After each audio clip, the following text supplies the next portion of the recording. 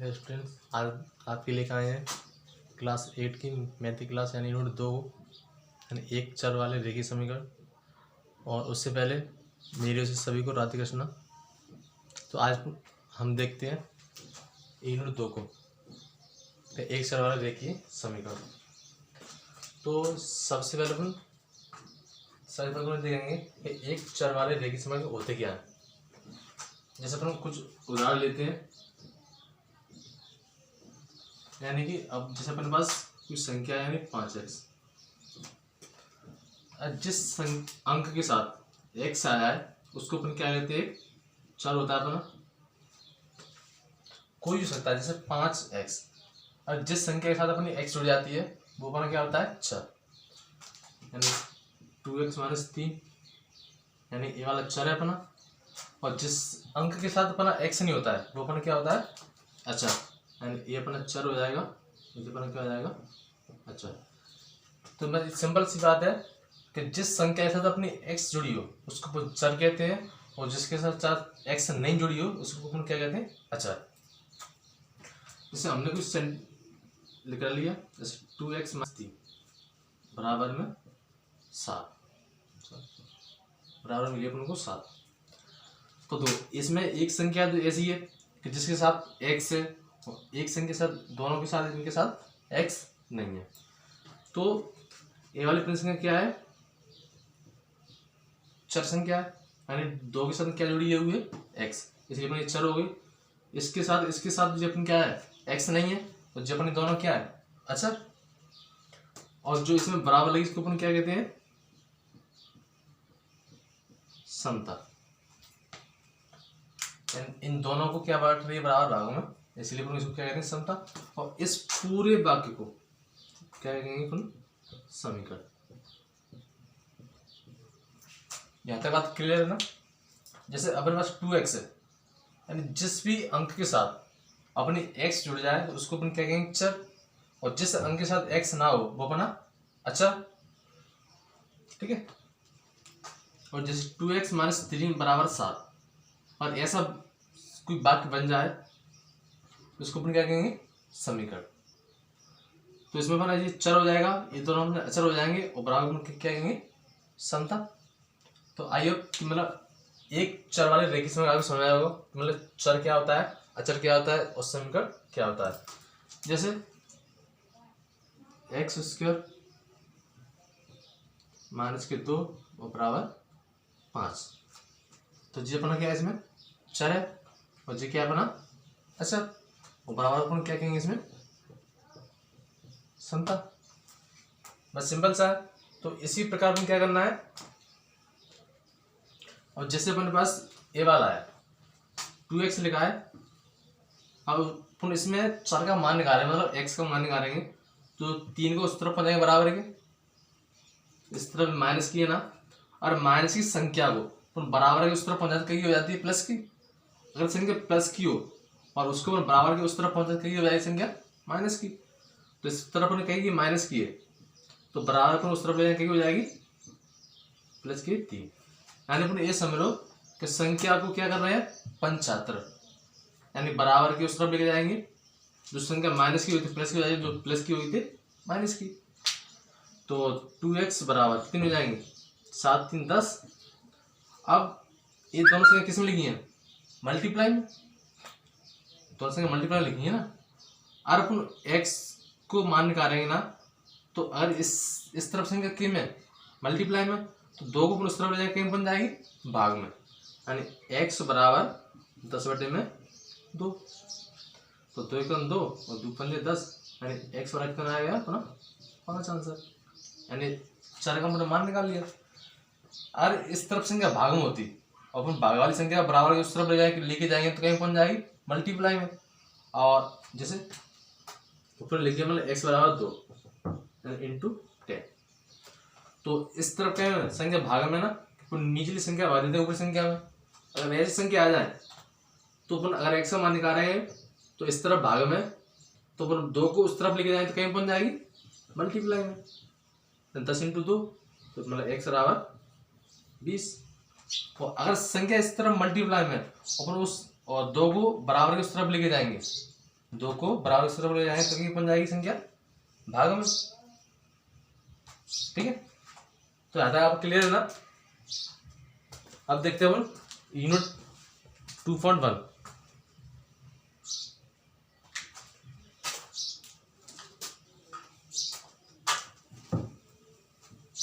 को सॉल्व करते हैं। इसी प्रकार के हैं, जैसे अपन का x मान निकालना है।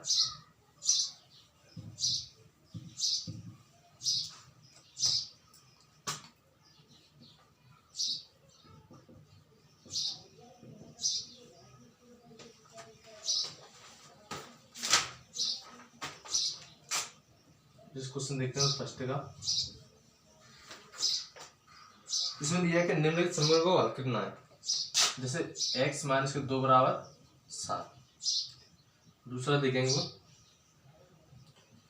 y प्लस के 3 बराबर 10। तीसरा देख लो 6 बराबर z प्लस के 2। और 4 हो जाएगा हमारे पास 3/7 बराबर x बराबर 17/2। तो ये भी अपने सवाल अपन देखते हैं। इसमें अपन को कुछ निकालना है सर, मतलब x का मान निकालना है। जिसमें x है उसका x का, जिसमें y है उसका y का, जिसमें z है उस z का, मतलब अपने चर अंक का मान निकालना है। तो इसको अपन सोल्व करेंगे।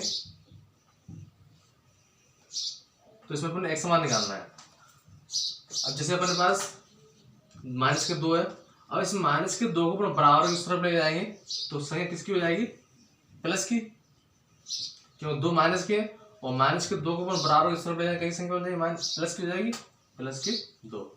और 7 2 कितने होते हैं 9। x मान अपने पास कितना निकला है 9। इस बार दूसरा देखते हैं। जैसे y बराबर 3 लिखा है, अब हम इसको बराबर की उस तरफ लेके जाएंगे तो इस तरफ प्लस के 3 लिखा है और प्लस के 3 को बराबर के अपन पंचांतर करेंगे तो क्या हो जाएंगे माइनस के 3। क्योंकि बराबर कोई भी संख्या हो जिसको हम बराबर की तरफ लेके आते हैं तो निशान चेंज हो जाते हैं, जो प्लस का और माइनस का, जो माइनस का होगा वो प्लस का। अब 10 में तक घटा दो, 3 कितना हो जाएगा 7, यानी y बराबर 7। इस बार देखते हैं तीसरा।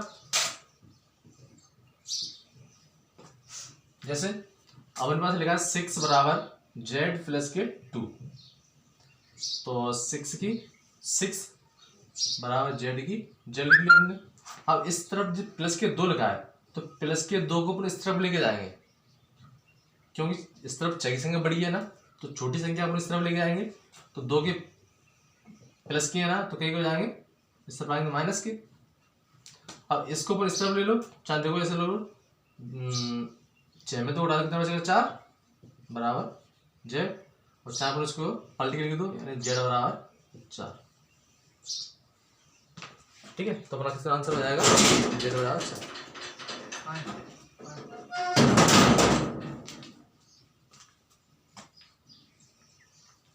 क्वेश्चन देखते हैं 4 वाला। इसमें दिया है 3/7 प्लस के x बराबर 17/2। अब ये संख्या अपनी परमी संख्या ने बटे में लिखी है 17/2 और 3/7। तो इसमें भी x मान निकालना है तो अपन लिखेंगे x बराबर 17/2 की 17/2 और 3/7। ये संख्या अपने प्लस की है, क्योंकि वो जो संख्या सबसे पहले आती है उस क्या है अपन प्लस का निशान नहीं लगाते हैं। अगर संख्या माइनस की होती है ना तो अपन माइनस का निशान लगाते हैं। तो 3/7 को अपन बराबर की तरफ लेके जाएंगे तो कहीं हो जाएगी माइनस की 3/7। अब ये आपकी क्या बनेगी भिन्न फ्रैक्शन। तो इसमें 2 का अपन 7 का क्या लेते हैं एलसीएम, कितना हो जाएगा 14। अब इसका भाग इसमें देंगे कितनी हो जाएगा 7 बार, 7 का अपन 17 से मल्टीप्लाई करेंगे 7 माइनस। अब 7 का बाद 14 में 2 बार, 2 का अपन इसमें इससे वो करेंगे कितना आ जाएगा 6, यानी 3 दूनी 6। अब इसमें से अपन इसको घटा दो, यानी 119 में 6 घटा दो, कितना बचेगा 113/14। अब ये संख्या अपनी किसी से कट रही है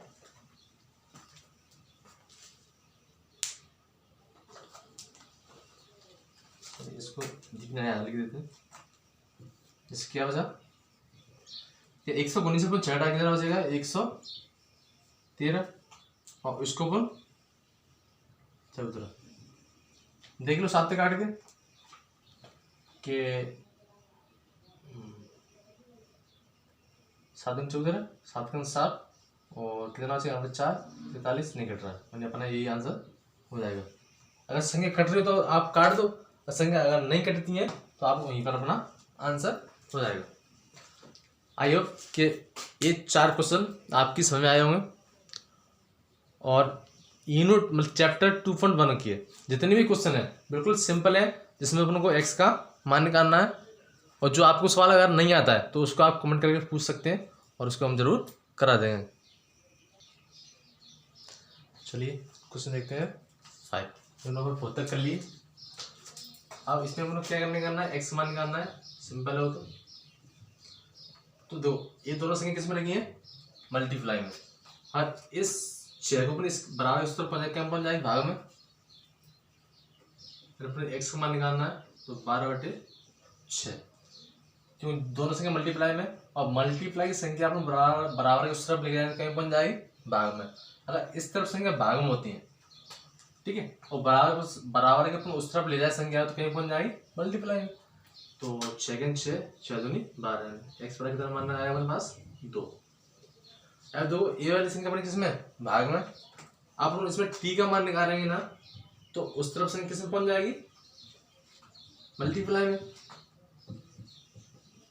10 × 5 यहाँ पर इसके बेटे में 1 मान लो और क्रॉस मल्टीप्लाई कर लो 1 का टी से टी और 10 का 5 से तो 10 × 5 तो कितना हो जाएगा टी बराबर 50।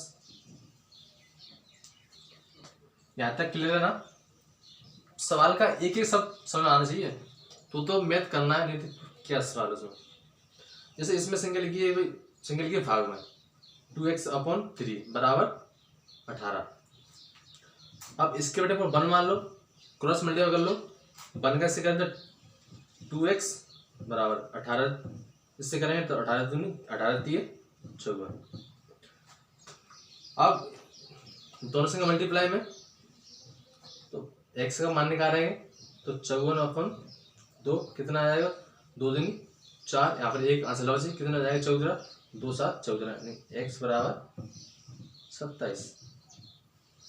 आप देखेंगे अपने इस पर क्वेश्चन नंबर 8 ये संख्या फ्रंट में दी अपने को तो इसके बटे पर 1 मान सकते हैं। ये वाली संख्या बटे में ये वाली संख्या भी बटे में तो अपन कर लो क्रॉस मल्टीप्लाई 1 का y से तो y 1.6 का 1.5 से मल्टीप्लाई करेंगे। अब जैसे ये समझ लो कि मतलब ये अपने 15 है और ये अपना 16 है तो 15 का अपन मल्टीप्लाई कर लेंगे 16 से तो 15 छक्के 90 की 0 हासिल लागी 9 और 15 का 15 और 15 9 24 और यहाँ पर एक फॉन्ट यहाँ पर 2 मल्टीप्लाई में फॉन्ट जुड़ जाते हैं तो एक और एक कितने जाएंगे 2 यानी 2 फॉन्ट 40 आंसर ठीक है। अब देखते हैं अपन इसमें क्वेश्चन नंबर 9 7x माइनस के 9 बराबर 16 तो इस तरफ अपन को x का मान निकालना है तो 9 को अपन उस तरफ लेके जाएंगे तो 16 और 9 माइनस की तो उस तरफ हो जाएगी प्लस का। अब x का मान निकालेंगे तो 7 का अपन जाएगा इसके बटे में तो 16 9 कितने जाते हैं 25 तो 25 बटे में 7 का भाग जाएगा नहीं 25 में तो इतना ही अपना आंसर हो जाएगा। चाहे अपन इसको इस प्रकार लिख सकते हैं कि 7 के 21 3 में 4 तो 4 3 सही 4/7 ठीक है। अब देखते हैं क्वेश्चन नंबर 10 वाले को। अब इसमें अपन क्या निकालना है y का मान निकालना है तो 14y बराबर 13 इस तरफ 8 प्लस माइनस की है तो उसको अपन बराबर उस तरफ लेके जाएंगे तो कहीं हो जाएगी प्लस की तो y बराबर कितना है 13 और 8 21 और अपन 14 तो y का मान निकालेंगे तो 14 का अपन बन जाएगी 21 के बटे में। अब इसमें अपन देखेंगे ऐसी यहाँ पर पी का मान निकालेंगे तो 17 को अपन उस तरफ पहुंचाएंगे। तो देखो 6p बराबर 9, 17 इस तरफ प्लस की तो उस तरफ जाएगी माइनस की 6p।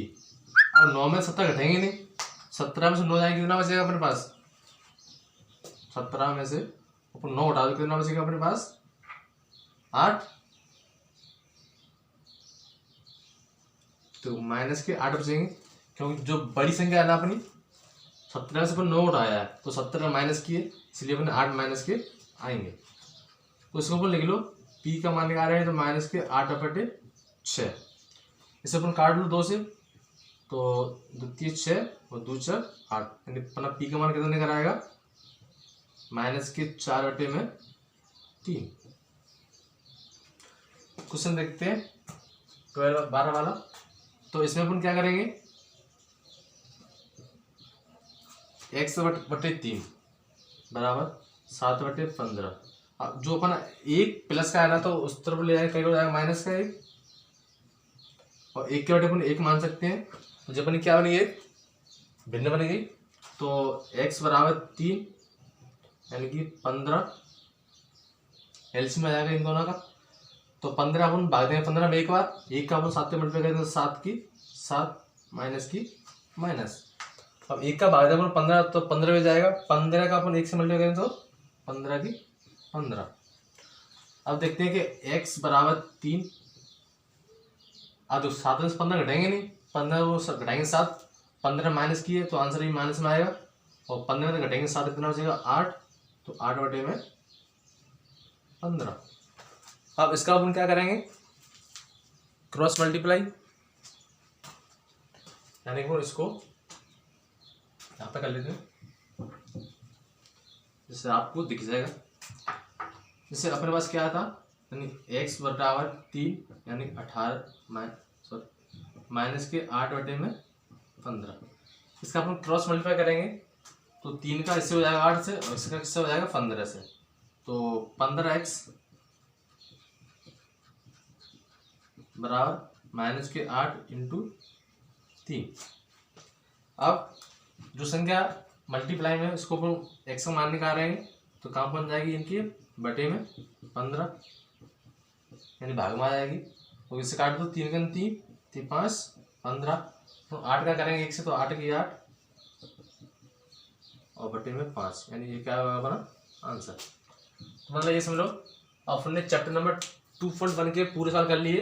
बिल्कुल सिंपल है, आपको बस इसमें x का मान निकालना है, और जो तरीका हमने कराया है ना वो आपके लिए बहुत ही सक्सेसफुल है। इसको आप एक बार रिवीजन करके देखना, आपकी दिमाग में ऐसा घुस जाएगा कि जिंदगी भर के लिए दिमाग में फिट हो जाएगा। पर आप मैथ को अपनी हाई से हाई बनाना चाहते हैं तो आप एक दिन छोड़ के 2 दिन छोड़ के मैथ का जितना ही रिवीजन करोगे ना, आपका मैथ उतना ही परफेक्ट हो जाएगा। तो इसलिए जिस बच्चे को अपना मैथ अच्छे से अच्छे बनाना है तो उसको अपना रिवीजन करना होगा, और जितना आप रिवीजन करेंगे ना आपका मैथ उतना ही अच्छा वो तो चला जाएगा। तो आज के लिए अपन क्लास को यहाँ पर ख़त्म करते हैं। हम देखते हैं अपन अगली वीडियो में मिलेंगे अगली यूनिट के साथ।